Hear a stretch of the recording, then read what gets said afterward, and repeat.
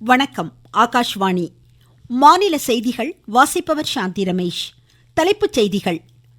மகாத்மா காந்தி தேசிய ஊரக வேலை உறுதி திட்ட நிதி ஒதுக்கீடு தொடர்பாக எதிர்க்கட்சிகளின் அமளியால் மக்களவை நண்பகல் வரை இன்று ஒத்திவைக்கப்பட்டது. ஊரக மேம்பாடு திட்டத்தின் கீழ் 1737 கிராம பஞ்சாயத்துகள் மேம்பாடு கண்டிருப்பதாக மத்திய ஊரக மேம்பாட்டுத்துறை அமைச்சர் திரு சிவராஜ் சிங் சௌஹான் கூறியுள்ளார்.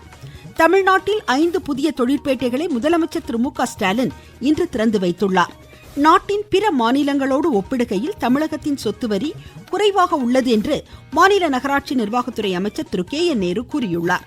மியாமி ஓபன் டென்னிஸ் ஆடவர் இரட்டையர் காலிறுதிக்கு இந்தியாவின் யூகி பாம்ப்ரி போர்ச்சுகலின் நுனோ இணை முன்னேறியுள்ளது. இனி விரிவான செய்திகள். மகாத்மா காந்தி தேசிய ஊரக வேலை உறுதி திட்டத்தின் கீழ் நிதி ஒதுக்கப்படாத பிரச்சினை காரணமாக எதிர்க்கட்சிகள் அமளியில் ஈடுபட்டதால் மக்களவை நண்பகல் வரை இன்று ஒத்திவைக்கப்பட்டது.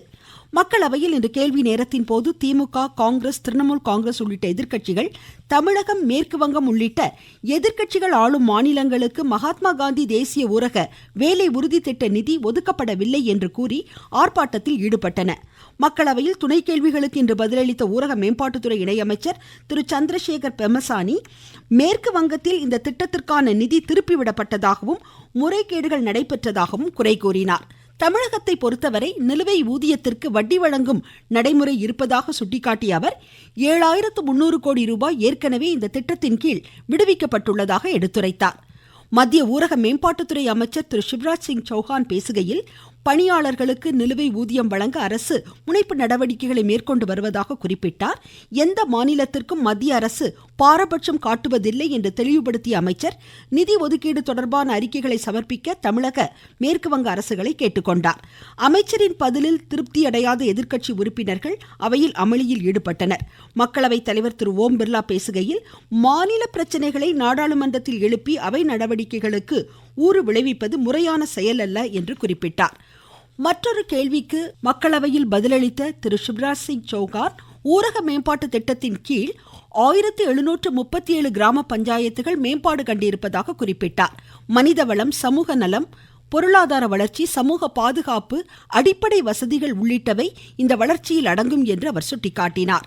கர்நாடக துணை முதலமைச்சர் சிறுபான்மையின இடஒதுக்கீடு தொடர்பாக கூறப்பட்டதாக சொல்லப்படும் கருத்துக்களால் அரசியல் சாசனத்திற்கு அவதூறு இழைக்கப்பட்டுள்ளதாக பிஜேபி மூத்த தலைவரும் மத்திய அமைச்சருமான திரு பிரல்ஹாத் ஜோஷி கூறியுள்ளார். நாடாளுமன்ற வளாகத்தில் இன்று செய்தியாளரிடம் பேசிய அவர், இதற்காக காங்கிரஸ் கட்சியும் கர்நாடக துணை முதலமைச்சரும் மன்னிப்பு கோர வேண்டும் என்று வலியுறுத்தியுள்ளார். மாநில சிறுபான்மையின ஆணையங்களின் மாநாட்டை மத்திய சிறுபான்மை விவகாரங்களுக்கான இணையமைச்சர் திரு ஜார்ஜ் குரியன் புதுடெல்லியில் இன்று துவக்கி வைத்தார். கல்வி, அனைத்தையும் உள்ளடக்கிய வளர்ச்சி, சிறுபான்மையினருக்கு அதிகாரம் அளித்தல் போன்றவை குறித்து இதில் விரிவாக விவாதிக்கப்படுகிறது. சிறுபான்மையினருக்கு சம வாய்ப்புகள் வழங்குவதையும் அவர்களின் நலனை பாதுகாப்பதற்கான நிலைப்பாடுகள் போன்றவை குறித்தும் இதில் ஆலோசிக்கப்படுகிறது. நாட்டில் சிறுபான்மையின சமூக மக்கள் மேம்பாட்டிற்கான கொள்கை பரிந்துரைகள், அது சார்ந்த பேச்சுவார்த்தைகள், ஆளுமைக்கான ஒருங்கிணைந்த முயற்சிகள் உள்ளிட்டவற்றை நோக்கமாக கொண்டு இந்த மாநாடு நடைபெறுகிறது.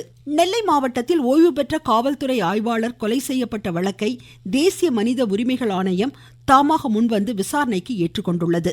உயிரிழந்தவர் உயிருக்கு ஆபத்து இருப்பதாக வீடியோ வெளியிட்ட பின்னரும் நடவடிக்கை எடுக்காததற்கான காரணத்தை 4 வாரங்களுக்குள் பதிலளிக்க தமிழ்நாடு காவல்துறை தலைமை இயக்குனர் மற்றும் நெல்லை மாவட்ட ஆட்சித்தலைவருக்கு ஆணையம் நோட்டீஸ் அனுப்பியுள்ளது.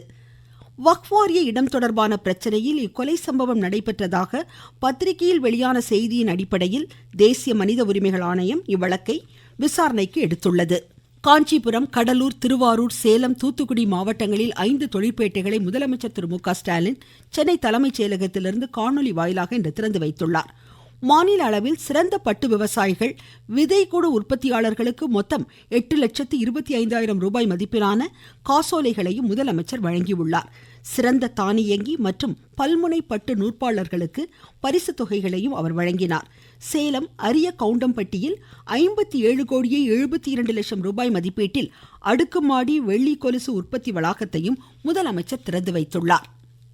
மாநில உரிமைகளை நிலைநாட்டவும் தமிழ் மொழியை காக்கவும் இருமொழி கொள்கை மற்றும் மாநில சுயாட்சி தொடர்பான முக்கிய அறிவிப்பு விரைவில் வெளியிடப்படும் என்று முதலமைச்சர் கூறியுள்ளார். சட்டப்பேரவையில் இருமொழி கொள்கை தொடர்பான கவன ஈர்ப்பு தீர்மானத்திற்கு இன்று பதிலளித்து பேசிய முதலமைச்சர் தமிழ் ஆங்கிலம் என்ற இருமொழி கொள்கையை தமிழகத்தில் நடைமுறைப்படுத்தப்படும் என்று குறிப்பிட்டார்.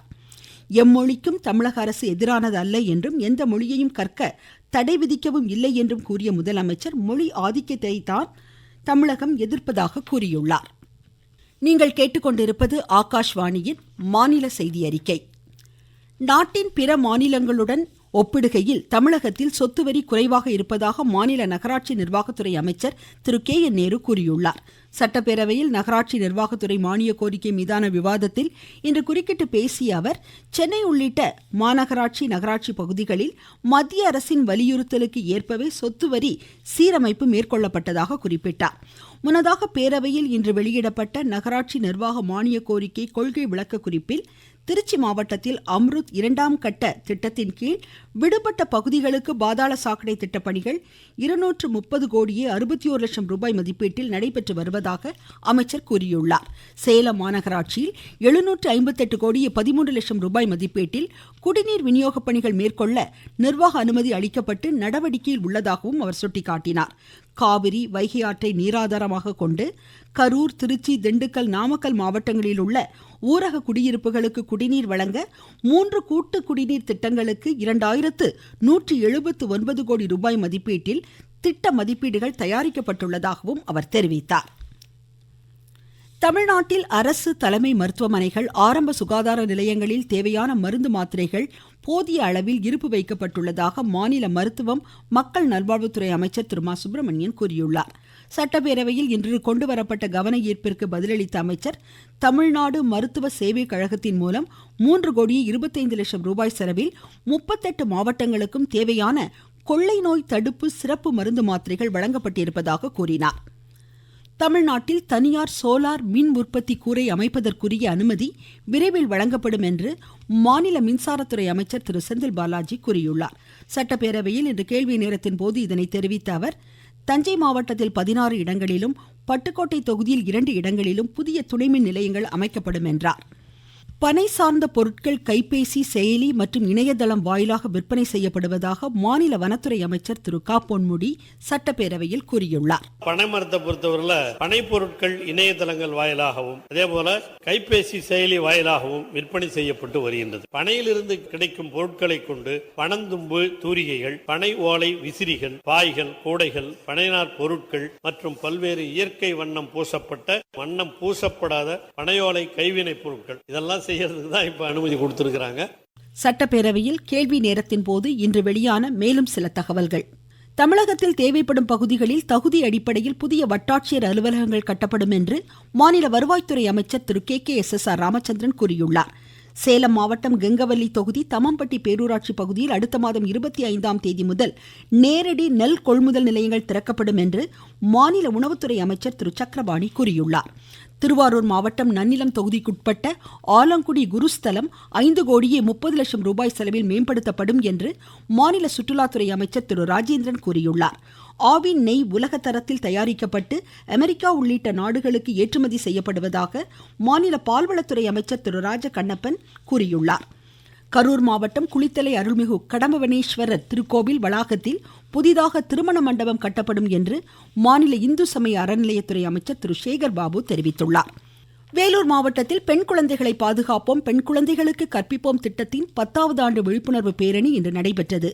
பெண் குழந்தைகளின் பாதுகாப்பை நோக்கமாக கொண்டு இந்த பேரணி நடைபெற்றதாக மாவட்ட சமூக நல அலுவலர் உமா கூறியுள்ளார். பெண் குழந்தை காப்போம், பெண் குழந்தை கற்பிப்போம் என்ற திட்டத்தின் 10 ஆண்டுகள் நிறைவுற்றதை தொடர்ந்து சமூக நலத்துறையும் காவல்துறையும் இணைந்து விழிப்புணர்வு பேரணியை நடத்தி கொண்டிருக்கிறது. பெண் குழந்தைகளை நம்ம பாதுகாப்பாக வைத்திருக்கணும்ன்றதும், கருக்கலைப்பை தடுக்கணும்ன்றதும், பெண்களுக்கு தேவையான கல்வியை அளிக்க வேண்டும் என்பது மட்டுமே இதனுடைய நோக்கமாக செயல். பெண் குழந்தைகளை பாதுகாக்க பெற்றோர்களும் முன்வர வேண்டும், பொதுமக்களும் அதுக்கு ஏற்ற மாதிரி நடந்து கொள்ள வேண்டும் என்பதை தெரிவித்துக் கொள்கிறேன். மியாமி ஓபன் டென்னிஸ் ஆடவர் இரட்டையர் காலிறுதிக்கு இந்தியாவின் யூகி பாம்ப்ரி, போர்ச்சுகலின் நுனோ இணை இன்று முன்னேறியுள்ளது. நாளை நடைபெறும் காலிறுதியில் இந்த இணை பிரிட்டன் இணையை எதிர்கொள்கிறது. IPL 2020 கிரிக்கெட் போட்டியில் அகமதாபாத்தில் இன்றிரவு 7:30 மணிக்கு குஜராத் டைட்டன்ஸ் பஞ்சாப் கிங்ஸை எதிர்கொள்கிறது. மீண்டும் தலைப்புச் செய்திகள். மகாத்மா காந்தி தேசிய ஊரக வேலை உறுதி திட்ட நிதி ஒதுக்கீடு தொடர்பாக எதிர்க்கட்சிகளின் அமளியால் மக்களவை நண்பகல் வரை இன்று ஒத்திவைக்கப்பட்டது. ஊரக மேம்பாடு திட்டத்தின் கீழ் 1737 கிராம பஞ்சாயத்துகள் மேம்பாடு கண்டிருப்பதாக மத்திய ஊரக மேம்பாட்டுத்துறை அமைச்சர் திரு சிவராஜ் சிங் சௌகான் கூறியுள்ளார். தமிழ்நாட்டில் 5 புதிய தொழிற்பேட்டைகளை முதலமைச்சர் திரு மு.க. ஸ்டாலின் இன்று திறந்து வைத்துள்ளார்.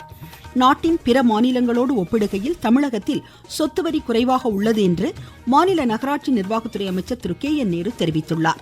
மியாமி ஓபன் டென்னிஸ் ஆடவர் இரட்டையர் காலிறுதிக்கு இந்தியாவின் யூகி பாம்ப்ரி போர்ச்சுகலின் நுனோ இணை முன்னேறியுள்ளது. இத்துடன் இந்த செய்தி அறிக்கை முடிவடைந்தது.